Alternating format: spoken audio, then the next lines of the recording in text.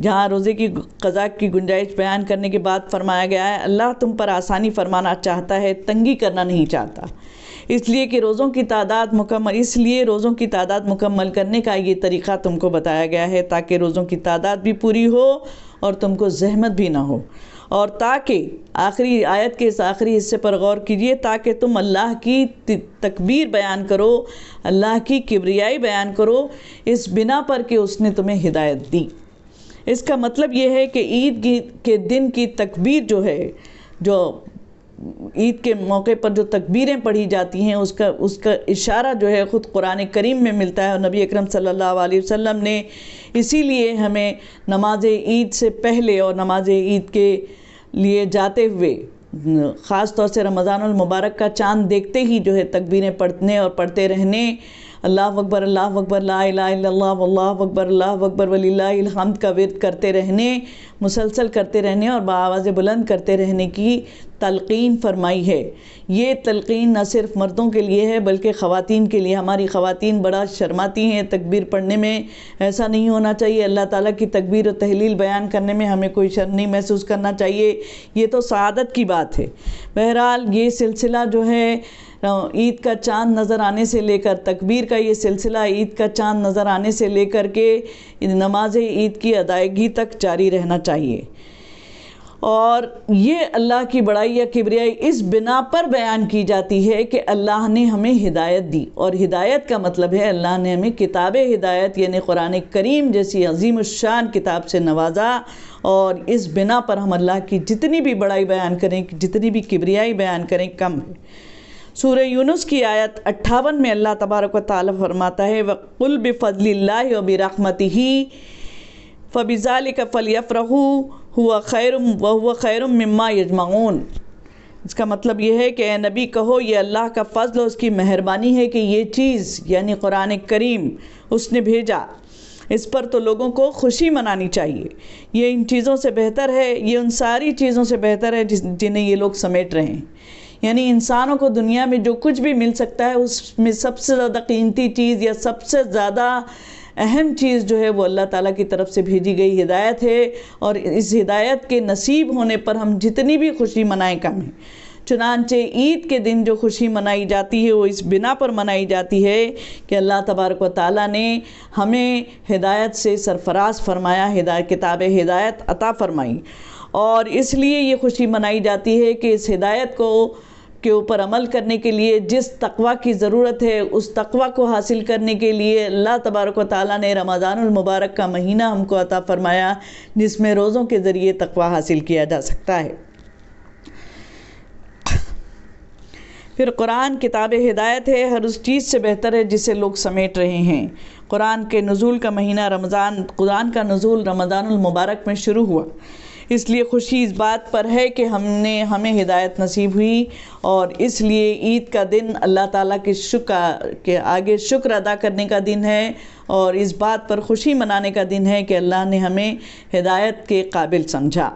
اور اس نے ہمیں ہدایت نصیب فرمائی۔ عید الفطر کے ہدایت پر خوشی منانے کے لیے سب سے زیادہ تکبیر کی تاکید کی گئی ہے۔ اسلامی تہواروں کی خصوصیت یہ ہے کہ اس میں اللہ ہی کی بڑائی اور کبریائی بیان کی جاتی ہے، پھر بندگان خدا کے حقوق کا پورا خیال رکھا جاتا ہے، جس طرح سے کہ عید الفطر کے موقع پر ہم صدقہ فطر ادا کرتے ہیں تاکہ کوئی روزے دار عید کی نعمتوں سے محروم نہ رہے، کوئی گھر ایسا نہ ہو جہاں چولہا نہ جلے، کوئی گھر ایسا نہ ہو جہاں کوئی بھوکا رہ جائے۔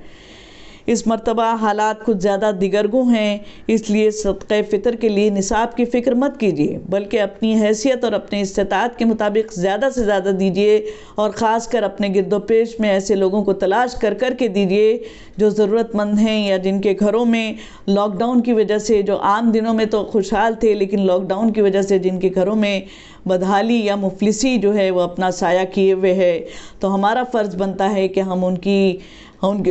ان کے حالات معلوم کریں اور خاص طور سے ان تک پہنچیں اور ان کی ضرورتوں کو پورا کریں۔ اسلامی تہواروں کی شان یہ ہے کہ اس میں وقار اور سنجیدگی کا پورا خیال رکھا جاتا ہے۔ حالات اگر نارمل ہوتے تو ہم تکبیر کرتے ہوئے ایک راستے سے عیدگاہ جاتے اور دوسرے راستے سے واپس لوٹے ہوتے، جیسا کہ نبی اکرم صلی اللہ علیہ وسلم کی سنت ہے۔ نبی اکرم صلی اللہ علیہ وسلم نے عیدگاہ جانے کی ترغیب لڑکیوں اور عورتوں کو بھی دی ہے۔ بخاری، مسلم، ابو داؤد، ترمذی، نسائی، ابن ماجہ اور مسند احمد کی روایت ہے، جس میں ام عطیہ سے جو روایت ہے، کہتی ہیں ام عطیہ کہ نبی اکرم صلی اللہ علیہ وسلم نے ہمیں حکم دیا کہ عید الفطر اور عید الاضحیٰ کے موقع پر ہم چھوٹی بچیوں، جوان گھونگھٹ والی عورتوں اور یہاں تک کہ حائضہ عورتوں کو بھی عیدگاہ لے جائیں، البتہ حائضہ عورتیں نماز کی جگہ سے کچھ دور رہیں اور خیر اور مسلمانوں کی دعاؤں میں وہ بھی شریک ہوں۔ آپ غور کریں کہ اس میں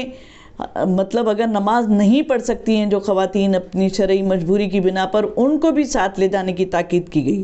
آگے ام عطیہ فرماتی ہیں کہ میں نے پوچھا یا رسول اللہ صلی اللہ علیہ وسلم، بعض عورتیں ایسی بھی ہیں جن کے پاس چادریں نہیں ہوتی۔ اس پر اللہ کے رسول صلی اللہ علیہ وسلم نے فرمایا کہ جس عورت کے پاس چادر نہ ہو اس کی بہن کو چاہیے کہ وہ اپنی چادر میں اس کو لے لے۔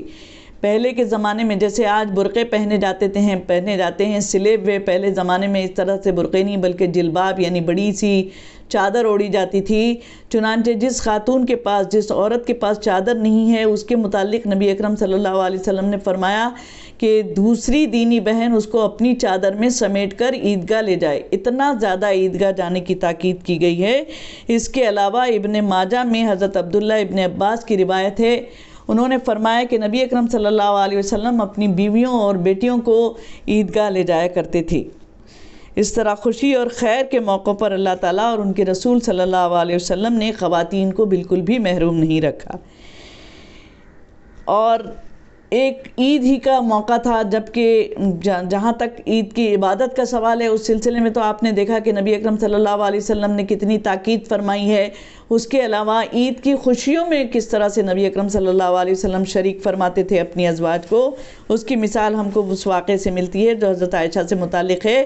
کہ عید کے روز ایک مرتبہ حبشی غلام اپنی نیزے بازی کی مشق کر رہے تھے تو حضرت عائشہ صدیقہ کا بھی دل چاہا کہ وہ دیکھیں، چنانچہ وہ آپ صلی اللہ علیہ وسلم کی آڑ میں پیچھے کھڑی ہو گئیں۔ نبی اکرم صلی اللہ علیہ وسلم نے اپنے مونڈے کو تھوڑا سا نیچا کیا تاکہ حضرت عائشہ ٹھیک سے دیکھ سکیں۔ حضرت عائشہ اس وقت تک دیکھتی رہیں جب تک کہ ان کا جی نہ بھر گیا، اور تب تک آپ صلی اللہ علیہ وسلم آڑ بنا کر کھڑے رہے۔ اس سے اندازہ ہوتا ہے کہ عید کی خوشیوں پر اور عید کی دلچسپیوں پر خواتین کا بھی پورا حق ہے، لیکن یہ دلچسپیاں اور یہ خوشیاں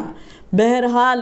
اللہ کی حدود کے اندر ہی ہوا کرتی تھیں، اور ایسا کوئی کام نہیں کیا جاتا تھا یا نہیں کیا جانا چاہیے آج بھی کہ جو اللہ کی حدود سے تجاوز کرنے والا ہو۔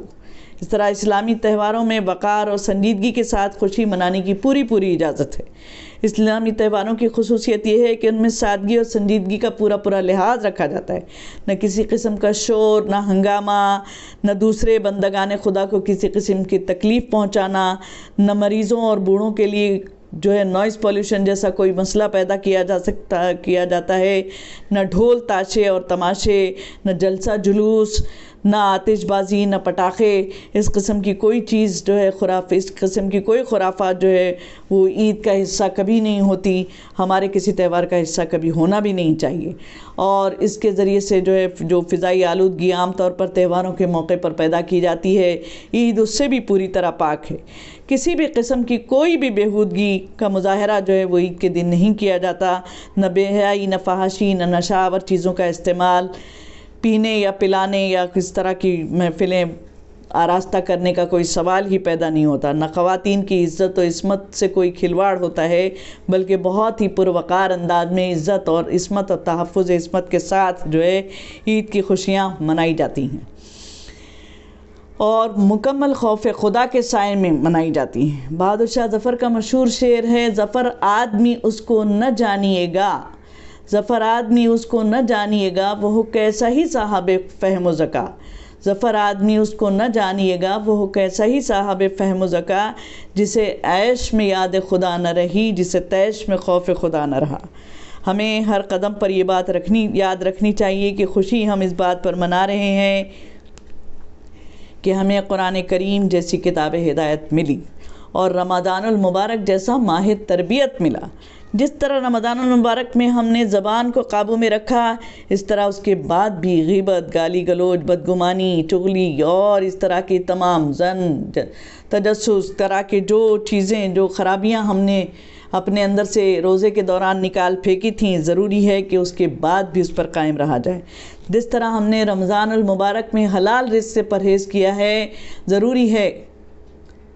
حلال رزق سے پرہیز کیا ہے روزے کی بنا پر، اس لیے ضروری ہے کہ رمضان المبارک کے بعد ہم حرام سے بھی اسی طرح پرہیز کریں۔ جس طرح رمضان المبارک میں ہم نے اپنی خواہشات نفس پر قابو پایا ہے، عید کے بعد بھی ہم اس کی اپنی خواہشات پر اسی طرح قابو رکھیں اور انہیں کبھی بے قابو نہ ہونے دیں، حدود اللہ سے کبھی تجاوز کرنے نہ دیں۔ جس طرح رمضان المبارک میں ہم نے فلموں، سیریلوں اور خرافات سے بچنے کی عادت ڈالی ہے، اس کے بعد بھی ہم جو ہے اس پر قائم رہیں۔ جس طرح رمضان المبارک میں ہم نے اپنے غصے پر قابو رکھا ہے، اس کے بعد بھی رمضان المبارک کے بعد بھی ہم کو اپنے غصے پر اسی طرح قابو ہونا چاہیے، تاکہ ہم نبی اکرم صلی اللہ علیہ وسلم کی اس